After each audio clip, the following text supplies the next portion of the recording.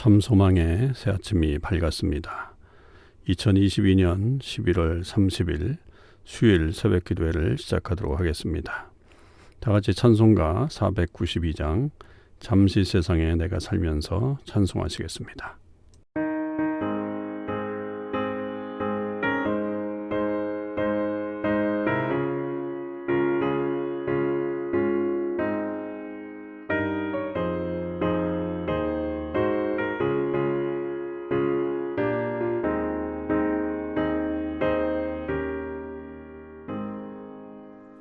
잠시 세상에 내가 살면서 항상 찬송 부르다가 날이 저물어 오라 하시면 영광 중에 나아가리. 열린 천국 문 내가 들어가 세상 짐을 내려놓고 빛나면 유권 받아 쓰고서 주와 함께 길이 살리. 눈물 골짜기 더듬으면서 나의 갈 길 가다 후에 주의 품 안에 내가 안기어 영원토록 살리로다. 열린 천국 문 내가 들어가 세상 짐을 내려놓고 빛나면 유권 받아 쓰고서 주와 함께 길이 살리.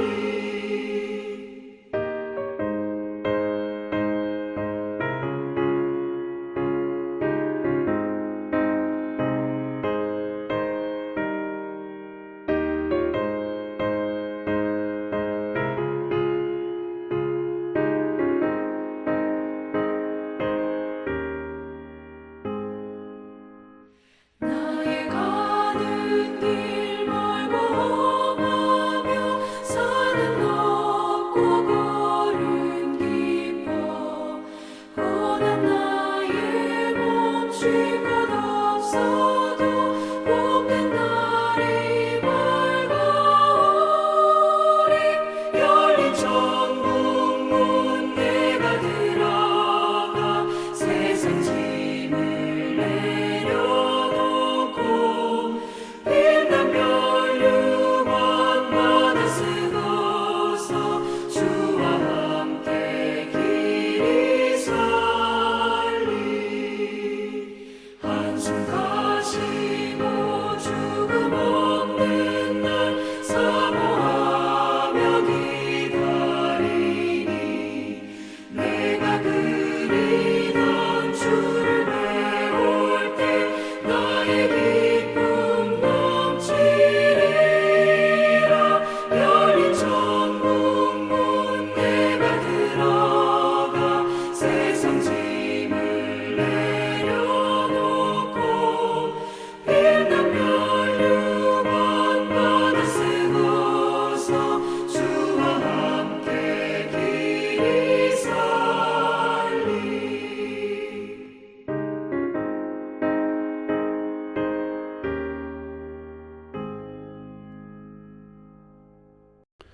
오늘 하나님께서 저희들에게 주신 말씀은 전도서 2장 12절에서 17절까지 말씀입니다. 전도서 2장 12절에서 17절 말씀을 읽겠습니다. 내가 돌이켜 지혜와 망령됨과 어리석음을 보았나니 왕 뒤에 오는 자는 무슨 일을 행할까? 이미 행한 지 오래전에 일일 뿐이리라.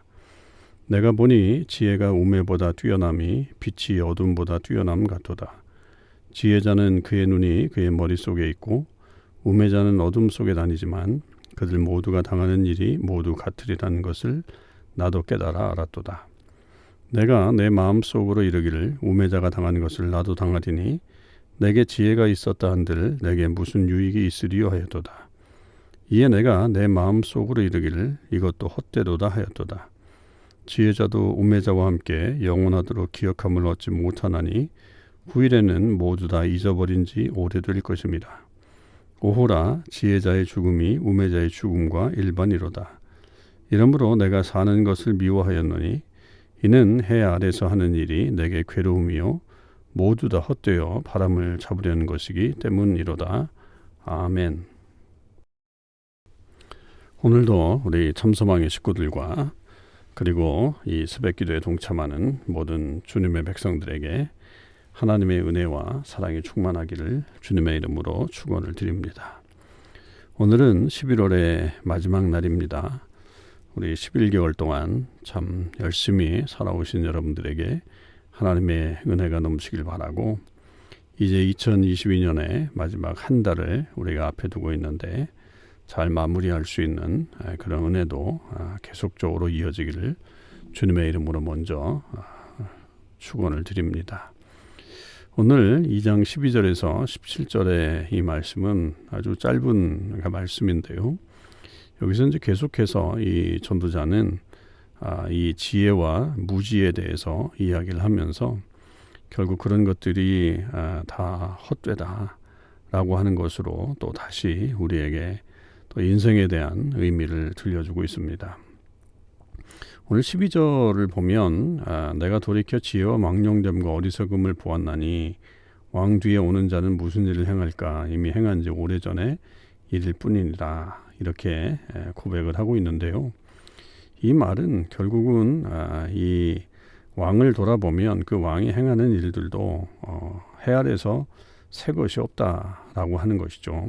전도서 1장에서 표현한 것처럼 계속해서 반복적으로 그렇게 앞에 왕들이 했던 일들을 행하게 된다. 특별히 이제 그 아무리 위대한 왕이라고 할지라도 결국은 그런 삶을 살 수밖에 없다라고 하는 사실을 말하면서 지혜와 어리석음에 대해서도 역시 마찬가지로 얘기를 하고 있는 거죠. 그런 것들이 이 땅 가운데 지혜와 어리석음이 계속된다는 거예요. 잠언서의 말씀을 통해서 우리가 보게 되면 결국 지혜가 어리석음을 이겨야 되잖아요. 지혜로운 자가 어리석음을 다 물리쳐야 되고, 또 그런 것들이 결국에는 사라지면서 지혜자의 승리가 나타나야 되는데, 삶을 돌아보면 그렇지 않잖아요. 지혜와 이 어리석음이 계속해서 반복적으로 이 사람들 사이에 나타나고 있다라고 하는 것을 우리는 보고 있습니다. 이제 그것을 말하는 거죠. 그러나 이제 그런 속에서도 이 전도자는 그래도 지혜가 이 우매함보다는 뛰어나다. 13절에도 보면 지혜가 우매보다 뛰어나다. 그것은 마치 빛이 어둠보다 뛰어남 같다. 14절 초반에도 지혜자는 그의 눈이 그의 머릿속에 있고 우매자는 어둠 속에 다닌다. 그렇게 표현을 합니다. 지혜자의 눈이 머릿속에 있다라고 하는 것은 사리 분별을 잘한다는 거예요. 그 눈이 제대로 갖춰져 있다라고 하는 것이죠. 그러나 이 우매자는 어둠 속을 다니는 거죠. 그래서 어둠보다 빛이 뛰어난 것처럼 우매자보다 이 지혜자가 뛰어나다라고 하는 사실을 분명히 이야기를 하고 있습니다. 이것은 뭐 비꼬기보다는 그냥 현실적으로, 그리고 그가 잠언서나 이런 어떤 그 하나님 말씀을 통해서 가지고 있었던 그런 신앙적인 모습이라고 보여지죠. 그런데 역전이 일어나는 게 14절 후에 보면 그들 모두가 당하는 일이 모두 같으리라는 것을 내가 깨달아 알았도다, 이렇게 표현하고 있습니다. 지혜가 난 것 같지만 그러나 결국 그 둘이 다 당하는 일이 같다. 이 당하는 일이라고 하는 것은 결국 죽는 일 아니겠어요? 그 육체적인 죽음을 말하는 거죠. 지혜로운 자라고 죽지 않는 게 아니고, 이 어리석은 자라고 또한 그 빨리 죽는 것도 아니고, 그러니까 이 죽음에 대해서는 누구에게나 다 동등하게 나타나게 된다. 그것을 이 지혜자가 깨달았다는 거죠. 전도자가 깨달았다는 거죠. 그래서 계속적인 어떤 이 땅에서의 그런 삶의 반복이 이루어지고 있다라고 하는 것입니다. 그래서 15절에도 이 전도자가 자기는 그 지혜로운 사람이라고 그렇게 생각하고 있는 거예요. 내게 지혜가 있었다 한들 내게 무슨 유익이 있으리요. 그게 결국 우매자가 당한 것을 나도 당하게 될 것이다. 결국 자기도 지혜롭게 산다고 살지만 결국엔 죽음 앞에서는 자기도 어찌할 수 없다. 이것은 다 모두에게 찾아오는 운명적인 일이다라고 하는 것을 말함으로 인해서 이것도 헛되다, 이렇게 표현하고 있습니다. 그러니 이 지혜와 이 어리석음에 대해서 말할 때에 우리가 생각하고 있었던 아주 보편적인 그리고 일반적인 지혜와는 완전히 다른 측면의 그런 이야기를 하고 있는 거죠. 어찌 보면 이것은 훨씬 더 깊이 있는 그런 표현이다, 이렇게 볼 수 있죠. 그러니까 인생을 많이 살았던 그런 사람으로서 인생을 돌아보면서 느꼈던 것들을 그가 그대로 표현하고 있고, 그리고 이제 다 지혜자와 우매자가 동일하다고 할지라도 결국 그런 것들은 이 세상에서의 헛됨이라고 한다면 결국 그 헛됨 뒤에 계시는 하나님이 계시기에 우리는 그것을 넘어설 수 있다라고 하는 것도 이 말씀 속에서 표현하고 있는 것으로 그렇게 볼 수 있습니다. 16절에도 보면 지혜자와 우매자를 계속적으로 비교하면서 그 사람들이 영원히 기억되지는 않는다. 시간이 지나가면 그들의 죽음 이후에는 그것에 대해서 사람들이 다 잊어버리게 된다. 그것이 결국 지혜자의 죽음과 우매자의 죽음이 같은 것이다 라고 하는 것이죠. 그럼 그렇지 않나요? 또 물론 우리가 역사적으로 정말 위대한 인물들에 대해서는 계속적으로 기억하면서 그분들의 삶을 담고자 하는 그런 노력을 해나가지만 이 땅에 왔다가 가는 이 수많은 지혜자와 어리석은 자들을 우리가 다 기억을 못합니다. 뭐 지혜자라고 다 기억을 하고 어리석은 자라고 다 기억 못하는 그런 것들이 아니라고 하는 거죠. 그러니까 그런 것들이 결국은 이 헛되다라고 하는 것을 말하는 것이고, 그래서 그 마지막 절에도 지혜자도 우매자와 이러므로 내가 사는 것을 미워하였노니 이는 헤아려서 하는 일이 내게 괴로움이요 모두 다 헛되어 바람을 잡으려는 것이기 때문이로다 라고 하면서 이 삶에 대해서 무가치함, 무의미함 뭐 이런 것들에 대해서 고백을 하고 있죠. 다시 한번 이 회의주의에 관련된 그런 내용들을 여기서 말하고 있습니다. 결국 그 모든 것의 핵심적인 내용은 죽음 아니겠어요? 그러니까 죽음이 그 모든 것들을 결국은 다 덮어놓는다. 그리고 그것이 다 끝으로 그렇게 다 된다라고 하는 사실을 우리에게 말해주면서 이 땅 가운데서 지혜와 또 어리석음에 대한 그런 판단을 하게 된 거죠. 자, 그러면 고민이 생긴단 말이죠. 그러면 우리는 지혜롭게 살아서 그런 게 필요 없나? 오히려 우매자 같이 사는 것도 괜찮지 않을까? 이제 이런 고민들에 이제 들어간다는 거죠.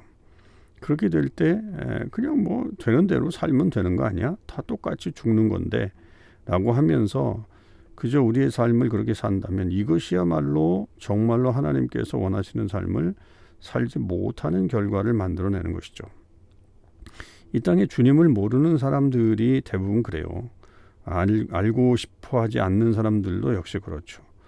뭐 다 똑같이 죽는 건데 뭐 예수를 믿어도 안 믿어도 다 똑같이 죽고 그 이유는 자기는 잘 모르겠다 이렇게 이제 얘기하면서 우리에게 계속적인 공격을 해오는 것들이 많이 있죠.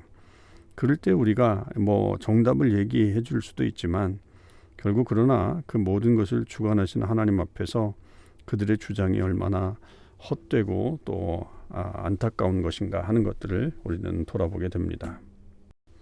그래서 우리 역시 단순하게 어떤 삶에 대한 이해보다는 더 깊은 삶에 대한 통찰이 필요할 거고요.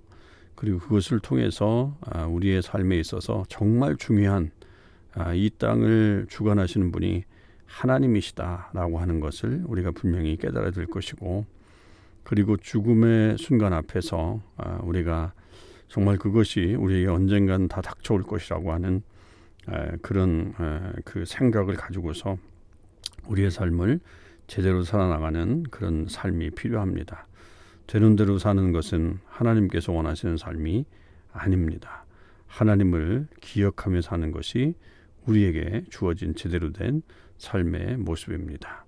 오늘 하루도 그렇게 하나님의 은혜가 우리 모두에게 충만하게 임하기를 주님의 이름으로 간절히 축원을 드립니다. 기도하시겠습니다. 하나님 아버지 감사합니다.